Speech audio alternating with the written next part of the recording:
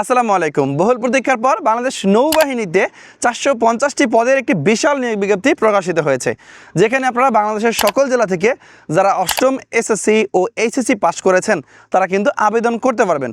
So আবেদন শুরু কবে, শেষ কবে, কীভাবে আবেদনটি করতে হবে, আবেদন করতে কত টাকা খরচ হবে, সব কিছু আমি এই ভিডিওতে A to Z আলোচনা করার চেষ্টা করব। আশা করি আপনারা ধৈর্য সহকারে সম্পূর্ণ ভিডিওটা দেখবেন। আর আপনারা যারা বাংলাদেশ নৌবাহিনী নাবিক কমিউনিটি নৌয়ের জন্য আপডেট চূড়ান্ত সাজেশন নিতে যাচ্ছেন, দেখতেই পাচ্ছেন আমাদের কাছে 2026 সালের আপডেট চূড়ান্ত সাজেশন আছে। এই সাজেশনটার মূল্য হচ্ছে 100 টাকা। স্ক্রিনে যে নাম্বারটা দেওয়া আছে হোয়াটসঅ্যাপ নাম্বার, ওই হোয়াটসঅ্যাপ নাম্বারে যোগাযোগ করে 100 টাকা পেমেন্ট করে সাজেশনটি সংগ্রহ করে এখন থেকে মাঠের জন্য ভালো প্রিপারেশন নেবেন।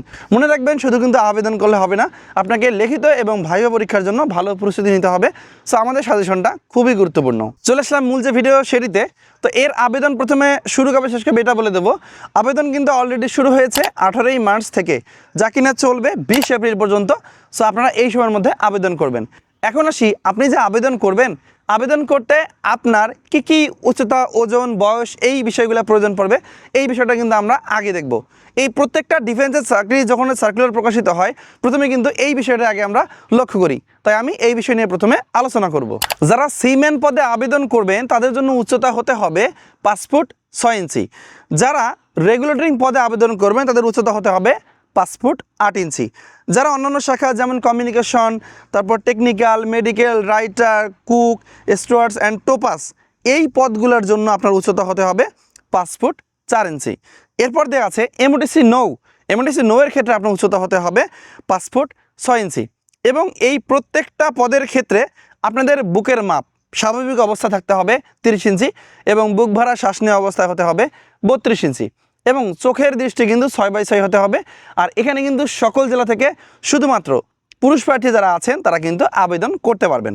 নারী প্রার্থীরা এই সার্কুলারটিতে এবছর আবেদন করতে পারতেছেন না, হয়তোবা পরবর্তীতে নতুন সার্কুলার আসলে তখন আপনারা আবেদন করতে পারবেন। এখন বলে দেব, আপনি যে আবেদন করবেন, আপনি যে পদে আবেদন করবেন ওই পদে কতজন লোক নিয়োগ করা হবে এই বিষয়টা, এবং সেই সাথে আপনি আবেদন করতে গেলে আপনার কি কি যোগ্যতা প্রয়োজন পড়বে, বিশেষ করে কি পাস করতে হবে এই বিষয়টা বলে দেব। তো প্রথমে আমরা আলোচনা করব সিম্যান নিয়ে। সো সিম্যানের টোটাল 300 জন পুরুষ নিয়োগ করা হবে। আর এই 300 জন পুরুষের মধ্যে যারা এসএসসি পরীক্ষায় বিজ্ঞান বিভাগ থেকে আপনারা 3.50 পেয়েছেন তারা কিন্তু আবেদন করতে পারবেন। এই সিম্যান পোস্টে আপনারা সায়েন্স ছাড়া অন্য কোনো ডিপার্টমেন্ট থেকে আবেদন করতে পারবেন না। আর সকল জেলা থেকে সিম্যান পোস্টে আবেদন করা যাবে, ঠিক আছে। এর পরের পদ হচ্ছে রেগুলেটিং। এই রেগুলেটিং পদে কিন্তু 15 জন লোক নিয়োগ করা হবে। এরপর নেওয়া হবে রাইটার, এখানে 18 জন লোক নিয়োগ করা হবে। এরপর নেওয়া হবে স্টোর পদ, স্টোর পদে নেওয়া হবে 16 জন। এই রেগুলেটিং, রাইটার এবং স্টোর পদের জন্য আপনার শিক্ষকের যোগ্যতা প্রয়োজন হবে যে কোনো বিভাগ থেকে, বিজ্ঞান, মানবিক বা ব্যবসায় শিক্ষা শাখা, যে কোনো বিভাগ থেকে, আপনি স্কুল থেকে হোক বা মাদ্রাসা থেকে হোক বা ভোকেশনাল থেকে হোক, আপনি যদি এসএসসিতে 3 পয়েন্ট পান তাহলে কিন্তু আবেদনটি করতে পারবেন, ঠিক আছে। সকল জেলার শুধুমাত্র পুরুষ প্রার্থীরা এই পদটিতে আবেদন করতে পারবে। এরপর আসি মেডিকেল। মেডিকেল পদের জন্য বুঝতে পাচ্ছেন এখানে মেডিকেল মানে সায়েন্সের বিষয় আছে। সো সায়েন্সের থেকে আপনাকে ন্যূনতম জীববিজ্ঞান বিষয় থেকে আপনাকে 3.50 পেতে হবে। আর এখানে সর্বমোট 18 জন লোক নিয়োগ করা হবে, ঠিক আছে। টোটাল 18 জন এই মেডিকেল পদের জন্য নিয়োগ করা হবে। এরপর আসি কুক এবং স্টুয়ার্ড।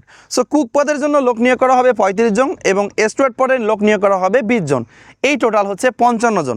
এই দুইটি পদে আবেদন করতে গেলে আপনাকে ন্যূনতম যে কোনো বোর্ডের আওতা থেকে আপনাকে এসএসসি পরীক্ষায় উত্তীর্ণ হতে হবে 2.50 পেয়ে। আপনি যদি 2.50 পেয়ে থাকেন বিজ্ঞান, মানবিক বা ব্যবসায় শিক্ষা শাখা থেকে, তাহলে কিন্তু আপনারা এই দুইটা পদে কুক এবং স্টুয়ার্ড পদে আবেদন করতে পারবেন। এরপরের পদ হচ্ছে টোপাস। টোপাস পদে লোক নিয়োগ করা হবে 20 জন। সো এই 20 জন কিন্তু শুধুমাত্র অষ্টম শ্রেণী পাস বা জেএসসি পাস হলেই আবেদন করা যাবে।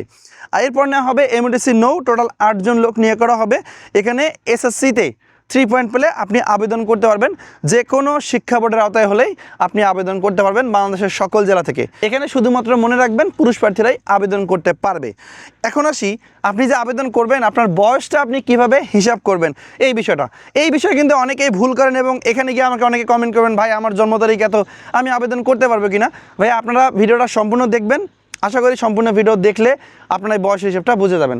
বয়সের হিসাব আলোচনা করার পূর্বে আপনাদেরকে বলবো, আপনারা যারা এই যে সার্কুলারটি হয়েছে বাংলাদেশ নৌবাহিনী নাবিক কমিউনিটি নৌয়ের জন্য, যারা এই সার্কুলারটার পিডিএফ ফাইল পেতে চান, মানে সার্কুলারটা আপনার দরকার, তারা এই ভিডিওটা আমাদের Facebook page govt job circular BD থেকে দেখে থাকলে ওই পেজে গিয়ে যে কোনো একটা ভিডিওর নিচে বা পোস্টের নিচে কমেন্ট লিখবেন নেভি 2026।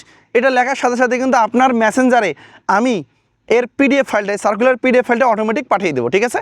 যারা নিতে চান তারা কমেন্ট করবেন নেভি 2026 লিখে, তাহলে আপনার কাছে অটোমেটিক এটা চলে যাবে। শুধুমাত্র ফেসবুকে কমেন্ট করা যাবে, আবার ইউটিউবে গিয়ে কমেন্ট করবেন না, কারণ ইউটিউবে কমেন্ট করলে কিন্তু অটো রিপ্লাই যাবে না, ঠিক আছে? সো প্রথমে আমরা বলবো নাবিক পদ। নাবিক পদের জন্য আপনার বয়সটা হতে হবে 17 থেকে 20 বছরের মধ্যে। এখন আপনার জন্ম তারিখ কত থেকে কতর মধ্যে হলে আপনি আবেদন করতে পারবেন সেই বিষয়টা বলি। নাবিক পদ হচ্ছে 1/7/2006 সাল থেকে এখানে দেওয়া আছে 30/6/2009 সালের মধ্যে যদি আপনার জন্ম তারিখ পড়ে থাকে তাহলে কিন্তু আপনি এখানে আবেদন করতে পারবেন নাবিক পদের জন্য। আর যারা এমটিসি নৌ পদে আবেদন করবেন তাদের জন্য বয়সটা হতে হবে 17 থেকে 22 বছরের মধ্যে। আপনাদের যাদের জন্ম 1/7/2004 সাল থেকে 30/6/2009 সালের মধ্যে যাদের জন্ম তারিখ পড়বে শুধুমাত্র সেই সকল পুরুষ প্রার্থীরাই এই পদগুলোতে আবেদন করতে পারবেন। এখন বলবো আপনি যে মাঠ করবেন, মাঠে আসলে কোন কোন কাগজপত্রগুলো সাথে নিয়ে যাবেন এই বিষয়টা আমি সংক্ষিপ্ত আকারে বলে দেওয়ার চেষ্টা করব। তো প্রথমে আপনার এসএসসি পরীক্ষার মূল অথবা শিক্ষা বোর্ড কর্তৃক যে সনদটা থাকে বা সার্টিফিকেট থাকে সেটার মূল কপিটা অবশ্যই আপনাকে সাথে নিয়ে যেতে হবে। এরপর এসএসসি পরীক্ষার যে মূল মার্কশিট আছে, মূল রেজিস্ট্রেশন কার্ড, মূল অ্যাডমিট কার্ড আছে এবং শিক্ষা প্রতিষ্ঠান প্রধান কর্তৃক মানে আপনার হেড স্যার যে প্রশংসাপত্র দিয়েছে সেটার মূল কপি অবশ্যই আপনাকে সাথে নিয়ে যেতে হবে। এরপর প্রয়োজন পড়বে আপনি আপনার যে এনআইডি কার্ড যদি হয়ে থাকে আপনি এনআইডি কার্ডের কপিটা নিয়ে যাবেন বা জন্ম নিবন্ধন কার্ডের কপিটা থাকলে সেটা নিয়ে যাবেন। আর বাবা মায়ের এনআইডি কার্ডের কপি অবশ্যই মূল কপি প্লাস ফটোকপি নিয়ে যাবেন।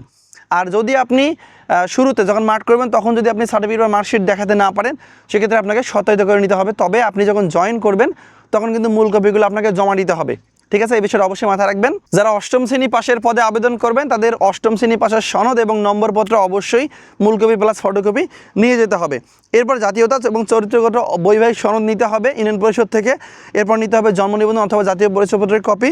তারপর অভিভাবক সম্মতিপত্র। আপনি যে নৌবাহিনীতে জয়েন করবেন আপনার বাবা বা মায়ের কোনো আপত্তি নাই বা আপনার অভিভাবকের কোনো আপত্তি নাই এই মর্মে কিন্তু একটা আপনার অভিভাবক সম্মতিপত্র নিতে হবে, এটা অবশ্যই খেয়াল রাখবেন, এটা কিন্তু দরকার আছে। এরপর ছবি নিতে হবে 15 কপি, পিতার এক কপি মাতার এক কপি এবং 15 কপির মধ্যে অবশ্যই সত্যায়িত করে নিতে হবে প্রথম শ্রেণীর গেজেট অফিসার কর্তৃক। সো এই বিষয়গুলো আপনার প্রয়োজন হবে। আর আবেদন করার খরচ হচ্ছে মাত্র 300 টাকা। আপনারা এই যে সার্কুলারটা আছে এখানে দেখবেন ওদের ওয়েবসাইট দেওয়া আছে joinnavy.navy.mil.bd এই ওয়েবসাইটের মাধ্যমে আবেদন করা যাবে, ঠিক আছে? এখন বলে দেবো আপনাদের মাঠ কোথায় অনুষ্ঠিত হবে। বাংলাদেশে টোটাল 3টা জায়গায় মাঠ অনুষ্ঠিত হবে। সকল জেলার মাঠ ভিত্তিক ভাগ ভাগ করে দেওয়া আছে। যদি ভিডিও প্রয়োজন পড়ে তাহলে পরবর্তীতে আমাকে জানাবেন, আমি চেষ্টা করবো সে বিষয় নিয়ে আলাদা করে একটা ভিডিও দেওয়ার। তো প্রথমে বানৌজা খিলক্ষেত ঢাকায় মাঠ অনুষ্ঠিত হবে। এরপর শহর খালিশপুর খুলনায় বানৌজা তিতুমিরে মাঠ অনুষ্ঠিত হবে, জেলাভিত্তিক ভাগ ভাগ করে দেওয়া আছে। এরপর নৌবাহিনী ভর্তি ও তথ্যকেন্দ্র টাইগার পাস চট্টগ্রামে আপনাদের অনেকেরই মাঠ অনুষ্ঠিত হবে। সো জেলাভিত্তিক মাঠের যদি কোনো কিছু প্রয়োজন হয় আমাকে বলবেন, আমি পরবর্তীতে সেই বিষয়টা নিয়ে আলাদা করে একটা ভিডিও দেওয়ার চেষ্টা করব। তো বন্ধুরা এই ছিল আজকের ভিডিওটা দেখে যদি আপনার উপকার হয়ে থাকে তাহলে অবশ্যই কমেন্ট করে জানাবেন আপনার মূল্যবান মতামত। আর হ্যাঁ, অবশ্যই আপনি কমেন্টে বলবেন যে আপনারা কে কোন জেলা থেকে আমার এই ভিডিওটি দেখলেন। আর অবশ্যই আমাদের যে ফেসবুক পেজ আছে এটা কিন্তু ফলো দিয়ে রাখবেন যদি আপনি নিত্য নতুন সরকারি চাকরির আপডেট ভিডিও পেতে চান। দেখা হবে পরবর্তী ভিডিওতে। আজকের ভিডিও এই পর্যন্তই। ভালো থাকবেন সবাই। আসসালামু আলাইকুম।